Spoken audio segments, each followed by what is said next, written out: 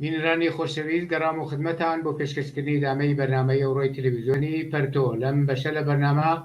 داوەتمان کردوە ڕێسایی دێگانە ئەندامی کۆمیتەی کوردستانی حیزبی حکمەتیست قسە باسەکەین لەسەر ئەوزاعی بەویژە کوردستان دوای 24 ئابان. پێشەوەی پرسیارەکانم ئاراستە بکەم، سای دێگانەگە دەنگی بنەبیسی بەخێربێی بۆ ستودیۆی تەلەڤیزیۆنی پەرتۆ. سپاس بۆ تۆ، هەروە سڵام هەیە بۆ بینەرانی تەلەڤیزیۆنی پەرتۆ. زۆر سپاس. سەیدی یەگانە وەکو کورد ئیشارەم کرد، ئاگاداری دێوە 69 ڕۆژ ئەو شەو بۆ 70 ڕۆژە چێ قیامی خەڵکی سەراسەری ئێران دژ بە جمهوری ئیسلامی دەستی پێکردووە. بەڵام شتێکە زۆر تایبەتیە دوای ساڵگەردی 24 ئابانی 98 ئاڵوگۆڕێکی بەرچاو بە تایبەت لە کوردستانە هاتووەتە پێشەوە. ئەوەی ژەوە دەکە تایبەتی جمهوری ئیسلامی لە ئاسمان و لە زەوی و هێزەکان هێزە سەرکوتگەرەکانی خۆی بۆ سەر کوردستان بەسیج کردووە. هەدەفی لەم کارە چییە؟ ئایا ئەم هەموو جەنایەت و سەرکوتە بۆ چییە؟ بەڵێ پێشەوە ئێستا هاودەردیەکەم لەگەڵ خانەوە دەگەرێک کە کەسانیان لەدەستا لە ئەم مبارزە و قیامەکە لە ئێرانە دەستی پێکردگە. خۆم بە هاودەردیان نەزانم. خۆب زۆر ڕۆشنە هەرچێت ئەم بەقۆڵەکەی تۆڵان فرەتر تقریبەن 2 مانگە قیام بۆ سەرنگونی جمهوری ئیسلامی دەستی پێکردووە و هەرچێک ئەم شەڕە ئەم تونترە بێتەوە، جدیترە بێتەوە، تەوعاً جمهوری ئیسلامی دەڕەندەترە بێت. دەلیلەکەی زۆر ڕۆشنە. بە قەول معروف ئەڵان جمهوری ئیسلامی لەوە پێش بە تایبەت ئەم 2 مانگ کە قیام دەستی پێکردە لە ئێرانە و مردم، جوانان، ژنان، کرێکاران هەموو کەسی ئەکسریەت ئەو مردمە کە ڕق و تووڕان لە ڕژیم جمهوری ئیسلامی توا مقدسات و ڕژیمیانە نیاگەژێر پاوەختی تواشاکەی لە مەدارسە عەکس خۆمەینی، عەکس خامنەیی ئەتێنە خوارە وەختی لە خیابانەکانە تەساوییان ئاگر ئەدەن. مەجموعەی ئەمانە نیشانەدات کە خەڵک زۆر تووڕن، خەڵک نەفرەتیان هەست لە جمهوری ئیسلامی و هەروە بارها باسمان کردگە هەدەف ئەم قیامە لە واقعا سەرنگونی جمهوری ئیسلامیە و مردم ئەم ڕژیمیانە ئیترگەرەک نییە. بەم دەرەجە ئەم مبارزە ئەم قیامەت تیشترە بێتەوە و جمهوری ئیسلامی فرەتر تحت فشار قرارەگرێت بۆ دەرەجە وحشیگەری جمهوری ئیسلامی نیروگەر سەرکوب بە تۆر واقعی فرەتر بێتەوە. هەرچی فرەتر جمهوری ئیسلامی ئەحساس بەرەو سەراشی بێچێت، هەرچی ئەحساسەکە کە مردم تازە دەسەڵ ناگرن و مردم حازر نین کۆتا بێن تا سەرنگونی تواو ئەم ڕژیمە بۆ دەرەجە وحشیگەری جمهوری ئیسلامی، وحشیگەری نیروگەر سەرکوبی فرەتر بێتەوە. و هەر بۆ دلیلە لە 24 ئابانەوە ساڵگرد ئابانخوێنی بووە و مبارزە تنوتیشتر بووەسەوە لە هەموو شوێنێکە. تەنیا مەنزوورم کوردستان نییە، وەرێ کوردستان تایبەتی بوو بە دووارە سەنگەرێک لە ئینقلاب، لە دفاع لە ئینقلاب. جمهوری ئیسلامی بۆ پەروەحشیگەریەوە حملەی کردگایە واقعا لەشکرکەشێکی نظامی فقط دەتوانێت بنیا مەقایسەی کە دوای ساڵ 58 دوایەوە ئینقلاب کراوە کوردستان بەدەست مردم و نیروگەن ئینقلابیە بوو و جامعەکەی خۆیان ئێدارا کرد، لەشکری کێشا بۆ کوردستان. ئەمە لە مەجلسەوە ڕەسمەن ئیعلامیان کردووە. یەکێ لە نمایندەگەر مەجلس کە قەبلەن یەکی لە فەرماندەها سپای پاسەران بووگە و هەروەش کە ئاگادارن لە مەرز ئێران و عێراقەوە لە بەش کوردستانیەوە نیروگەرێکی زۆر متەمەرکز کردووە. لە چەند ڕۆژ گەزەشتا شاهد قیامێک واقعی بووین، سەنگەمبەردێکی واقعی بووین لە شارەکانی کوردستان بە تایبەت لە مەهاباد، لە بۆکان و ئەم ئەواخر تەبعەن لە شارسنە و مەریوان و باقی شارەکانترەوە بە تایبەت لە جوانڕۆ کە بۆ پڕی وحشیگەریەوە تقیان کردە مردم و تعداد زۆر لە مردم کوژران و ئامارەکەی زۆر ڕۆشنەڵان لە 24 ئابان و تا ئێستا لە شارەکان کوردستانە فرەتر لە 40 نەفەر لە جوانان مبارزین و ئینقلابیون شارەکان کوردستان گیانیان لەدەستەوە لە ڕێگەی قیام و ئینقلابە. خب بەشێ لە دلیلیی بەنەزەر من سابقەیەکە کە خودی کوردستان هەستی ئێمە ئاگادارین ئەفکار ئەومی دنیا زانێ کە هیچ وەخت کوردستان مردم لە کوردستانە ژێربار حاکمی جمهوری ئیسلامی نەچوون ئەگەرچە جمهوری ئیسلامی تراشی کردگە هەمیشە بە قەول معروف کوردستان پادگان نظامی بووگە ئەشغال نظامی کردە لە ڕۆژێک کە جمهوری ئیسلامی بە قودرەت گەی سەرکوب و ئیعدام و اختناق لە کوردستانە جزو سیاست ڕۆژمەڕەیە و ڕوتین جمهوری ئیسلامی بووگە و منتها لە بەرامبەریەوە مردم لە کوردستانە کرێکار و زەحمەتکێش و ژنان و جوانان هیچ وەخت تەسلیم دەسەڵات جمهوری ئیسلامی نەبوون مبارزەیان کردووە و هەر بۆ دەلیلە ئەتوانێت لەم دەورەی متحول لە ئێرانە کوردستان بێت بە سەنگەرێکی مهم لە ئینقلاب ئێران بۆ سەرنگونی جمهوری ئیسلامی بۆ دەیدەسە بە نەزەر من جمهوری ئیسلامی بۆ پەڕی وحشیگەریەوە ئێستا حملەی کردگە جوانەکانە کوژێت شارەکانی ئەشغال کردگە عن ئەو جۆرەکە فیلم و خەبەرگرتێت مەهابەت تواوە نظامیە کنترۆل شار محلات ورودی شارەکان و هەروە کە دیمان لە جوانڕۆدا چه جەنایەتێکی بەرپا کرد ئەمە دلیلە بە نەزەر من جمهوری ئیسلامی لە لایەک تریشەوە جمهوری ئیسلامی هەدەفەوەسەکە کوردستان ئەشغال خات جیاوازی فاستەی خات دەبین کوردستان و باقی شارەکان ترە اعتراضە لە شارەکان ترە بۆی کە بتوانێت بەرحاڵ ئەم سەنگەرە لە مهم لە ئینقلاب بتوانێت سەرکوب کات و اینی بکات من تا هەروە کە شایدین هەر لەو شۆنایی چەکە ئەشغال نظامی کرێ و مەهابات و وەک بۆکان و وەک جوانڕۆ و باقی شارەکان تر کەماکان اعتراض وجودی هەیە تظاهرات وجودی هەیە و بۆ پەڕی شەهامەت و جەسارەتەوە خەڵک لە بەرامبەر وحشیگەری جمهوری ئیسلامی و سەنگەرەگرن و احترازەکەن و مبارزەکەن و حاضر نین على الرغم ئەم وحشیگەریگەرە ئەم سەرکوبگەری کە جمهوری ئیسلامیەکە تەسلیم لە واقع ئەم شرایطە من کە جمهوری ئیسلامی گەرەکیە حاکمی کار لە کوردستانە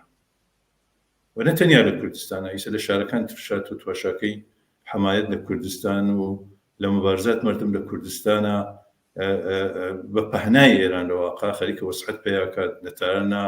لە باقی شارەکان تا لە دانشگاکانە لە مەدارسەکانە لە حتا خودی شارەکان کوردستانە ڕان چەندین ڕۆژە لە دانشگاکان کوردستانە تەحەسونە و ئیمڕۆ ڕەسمەن پلاکاردێک چەرمیان بەرزەو کردەوە مەرگ بەر خامنەئی ئەگەر جاران شعاریانەدا ئەگەر ژنجیان ئازادی بوو ئەگەر مەرگ بەر دیکتاتەر بوو ئیسەش دانێ پلاکارد گۆرەیان نووسیگە لە بەر تەزاراتەکەی بنڕێن مەرگ بەر خامنەئی یعنی مەرگ بەر جمهوری ئیسلامی گەرەکمە بێژم على الرغم فەزای اختناق و سەرکوب و ملیتاریزم شارەکان کوردستان بەڵام مردم ساکردنی و حاضرنی تەسلیم ببن ئەمە شرایطێکە بە نەزەر من جمهوری ئیسلامی گەرەکی حامکە من تا قەتعا موافق نایە مردم تەسلیم و شرایط نابن زۆر سپاس بۆ تەوزیعەکانت سعید یێگانە بەدوای ئەم سەرکوتە وەسیعە کە لە هەموو ئێران دەستیشی پێکرد و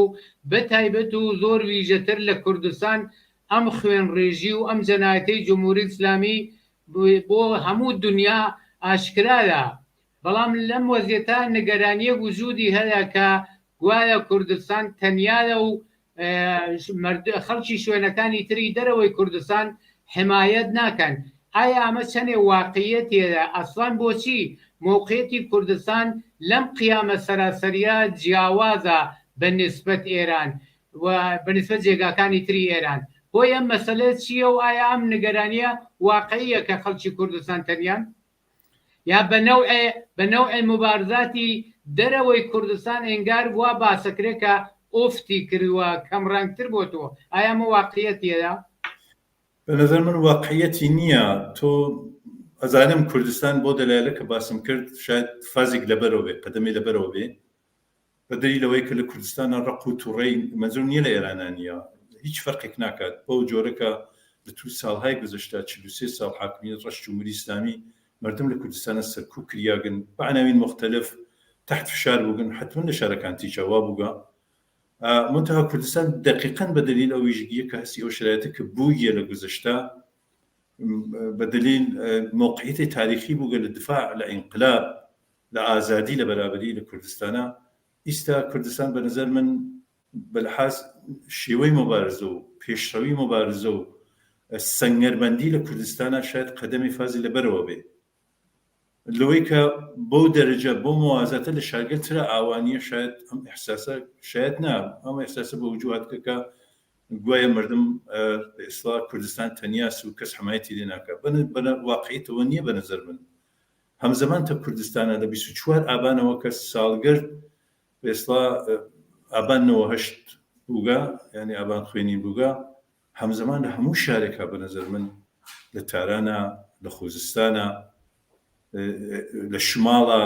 لە فرەشۆنگەلا لە ئیزا لە ئەسفەهانە لە شیرازە ئەم ئێعترازەتە لە کەرەج قەزوێن لە هەموو شارێکە هەمزەمان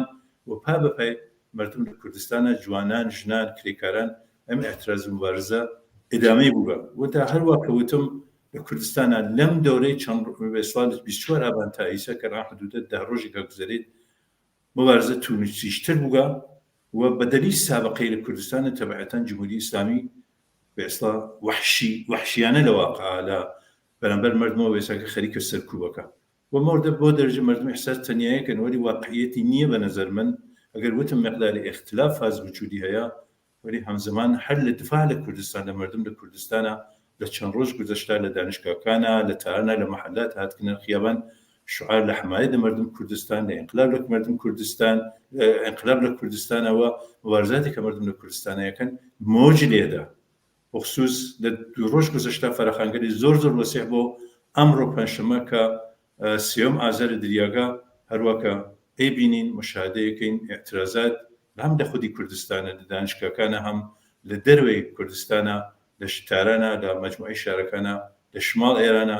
فەراخان لە حمایەت لە مردم کوردستان زۆر وەسیع پەخشەوە بۆچەوە قەتعەن ئیمڕۆ شاهد سریک ئێعترازات بووین قەتعەن ئێعترازاتە ئێدامە پێیاتەکەوە بە نەزەر من نایە مردم کوردستان ئەم ئیحساسیانە ببێت چون بنیام وەختی تواشەی میدیا ئیجتیماعی کارەوە تویش ئشارەت بکرد مقداری ئەم نیگەرانیە هەست وەلی واقعیەت وان نییە مردم لە کوردستانە شان بەشان لە باقی شارەکان ترشان بەشان مردم کوردستان خەریکی مبارزە و ئێعترازەکەن هەر وەکو جارن هەن لە خیابانەکانە هەر شەوە بینی لە تانە لە چەندین خیابانە ئێعتراز هەست ئیمڕۆیش هەروە لە خوزستانە هەروە بەرحاڵ وتم ئەمە واقعی نییەوە بە نەزەر مردم کوردستان نابێ نیگەران بن دروستە کوردستانێکی لە سەنگەگەن مهم ئینقلابە وەلی هەم مردم ئێران ئەفکار عمومی ئەشێ بزانن هەم مردم کوردستان بزانێت ئەم ئینقلابە ئەم قیامە بۆ سەرنگونی جمهوری ئیسلامی نەتەنیا بە کوردستان نەکردی نەتەنیا بە تاران نەکردی نەتەنیا بە خوزستان نەکردی ئێمە تەک ڕژیمێک بە شدت وحشی ڕوبەڕووین دەنەتیجە بۆ شکاندن ئەم ڕژیمە بۆ سەرنگونی ئەم ڕژیمە دەبێت هەموو خەڵک لە ئێرانە کرێکار و زەحمەتکێش دانیشتچوو دانش ئامۆز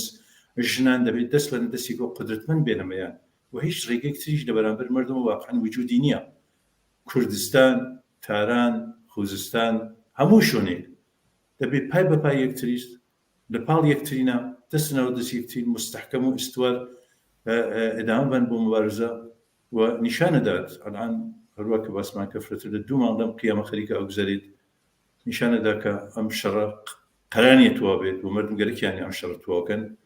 و گەرەکیانە پێشڕەویکەن منتەها زامن ئەم پێشڕەویە بە نەزەر من ئیتحاد و یەکپارچیە مبارزەسە کە مردم وەسیعەن بێنە ناو خیابان و هەر لەم دۆرە کە شاهد بگەین لە 24 ئابانەوە ئەم ئارزارزەتە فرەتر توودەی بۆسەوە کۆمەک وێگەکتین فرەتر بووە سەهاری سەر متفاقەتە لە کوردستانە کە بکە ئێمە ئاگادارین لە باقی شارەکانەوە خەریکن کۆمەکیانەکەن کۆمەکیان بۆ ئەچێت هاودەردیەکەن بەرحاڵ بە هەر شێوە کە بۆیان نەکردی خەریکن ئەچنە مردم کوردستانەوە ئەمە نیشانەدات کە سەرنوشت گشتێمە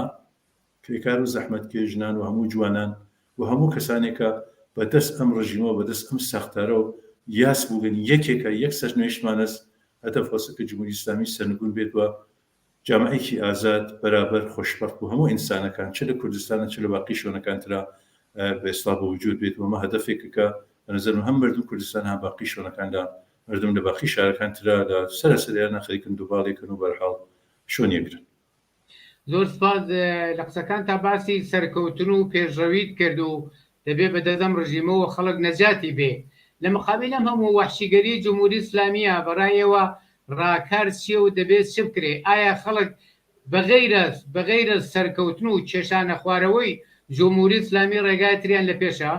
هیچ ڕێگەیەک تێ نییە واقعیەتەوەیە علیرغم وحشیگەری و پرۆپاگاندی کە جمهوری ئیسلامی خەڕێت جمهوری ئیسلامی بە نظرم بەخێر تفانکە هیچکی نەماوە